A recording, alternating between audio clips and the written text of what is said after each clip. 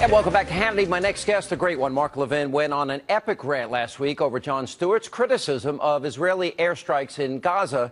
And last night, Stewart, well, kind of, sort of, finally had the courage to respond. He still was not brave enough to mention the great one by name. Take a look. We'll start tonight in the Middle East, where Israel... What? Israel isn't supposed to defend itself? Oh, yeah, if Mexico bombed Texas, will we exercise restraint? What other countries held to the same standard as Israel? People that want to destroy her terrorists? What is the matter with you? It's the only democracy in the Middle East, you Self-hating Jew?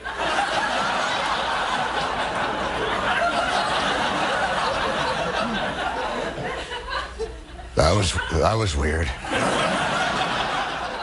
Here with reaction, the man himself, the great one, Mark Levin, nationally syndicated radio host. You know, look, I understand he's a comedian, but there's a part you really went off on him hard. Very few people in the media, Mark, are willing to do that. Why? First of all, that looked like MSNBC there for a minute. I'll tell you why. Because he's held up as this really smart guy. He's held up as a brilliant comedian. He's not a smart guy. He's got 10 writers. He's a clown. 10, he's got 30. In that particular segment, I don't watch him, but I watch this. Well, I watched this segment on the internet, and the disinformation and the propaganda he was putting out in the form of jokes was outrageous. And I would just tell Mr. Stewart that it really doesn't take a lot of courage to criticize Israel and trash Israel. It's done all the time. It's done by Israel's quote-unquote neighbors. It's done in Europe right now, where Jewish stores and so forth are being burned down and there's riots. It's done in Boston and New York, where the police have had to come out and protect pro-Israeli rallies and so forth. So you're not really a tough guy. You're not really cutting edge. And the fact of the matter, Mr. Stewart, is that if Hamas had the weaponry that Israel had, nuclear weapons and other weapons, Israel would cease to exist. And if Israel wanted to take out whole communities in Gaza or the whole Gaza Strip, it could do so in about 30 minutes, and it doesn't.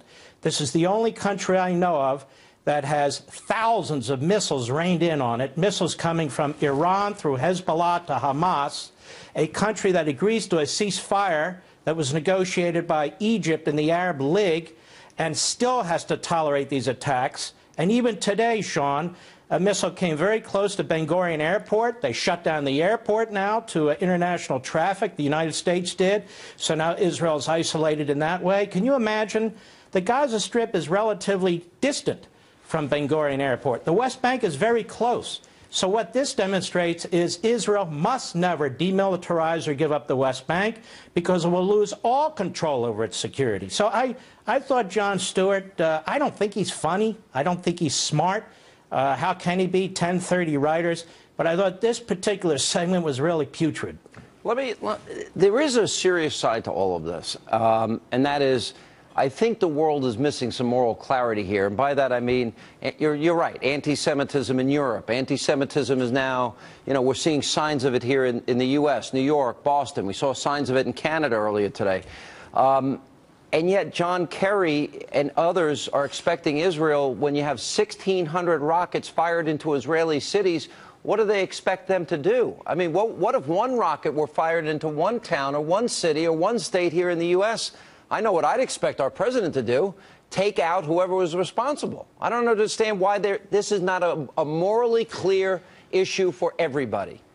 Well, it is morally clear. That's why those who now pretend there's a moral equivalency or moral relativism are absolute fools and are to be ignored, are to be shamed. The fact of the matter is, Israel's not at war with Egypt because Egypt isn't shooting missiles into Israel. It's not at war with Jordan. Jordan's not shooting missiles into Israel. It's not at war with Saudi Arabia. Saudi Arabia's not shooting missiles into Israel. Israel waited and waited and waited, missile after missile after missile. And even after this ceasefire, it agreed to it, and then it warned Hamas, you continue this, you could see we're building up our ground troops. This is the only country I know that's not allowed to win. If they don't wipe out Hamas and the Hamas missile sites, it's never going to end. And I would like to educate Jon Stewart and his clapping seal studio audience to let them know Hamas is an offshoot of the Muslim Brotherhood. Hamas also was part of the PLO. The PLO's history goes back to the Mufti, goes back to the Third Reich, the final solution. Read up, Ivy League boy. Try and figure out exactly what's going on before you cut your stupid jokes. Well, Hamas also has a charter, and in that charter calls for the destruction of Israel. Let me pivot here and ask you about the president. He's out fundraising. He's out playing golf. He's got his big vacation plan, 180 rounds of golf. Meanwhile, you know, John Kerry is pressuring Israel not to defend itself. The president gives lip service to it, and then as it relates to Russia and the Ukraine, seems like the president's unwilling to really take a strong stand, knowing that, in fact, those Buk missiles came from Russia. Those technicians also came from Russia that fired at that commercial jetliner. Look, everybody knows, particularly our enemies and allies abroad, what a weak president this is. This president can't seem to concentrate on his responsibilities. He thinks giving a speech is actually do something. He thinks a few here and there punishment of some business or something will do something, while he is hollowing out the United States military, while our southern border is wide open to friend and foe alike. This man is a disgrace. He's shameless. He'll be going off to Martha's Vineyard, where I understand they're not sending illegal aliens, as a matter of fact. Of course Putin is going to take advantage of Obama. He sees Obama as weak. He sees him as a Neville Chamberlain type. So do I. On the other hand, Putin is a fascist. He's an old KGB thug. He is interested in expanding Russia's power, and he's doing it. And he's not alone. Our enemies in the Middle East, you see the caliphate forming there. You see Red China taking over more and more of the South Sea, where the Philippines, Japan, and even Vietnam are asking us for help.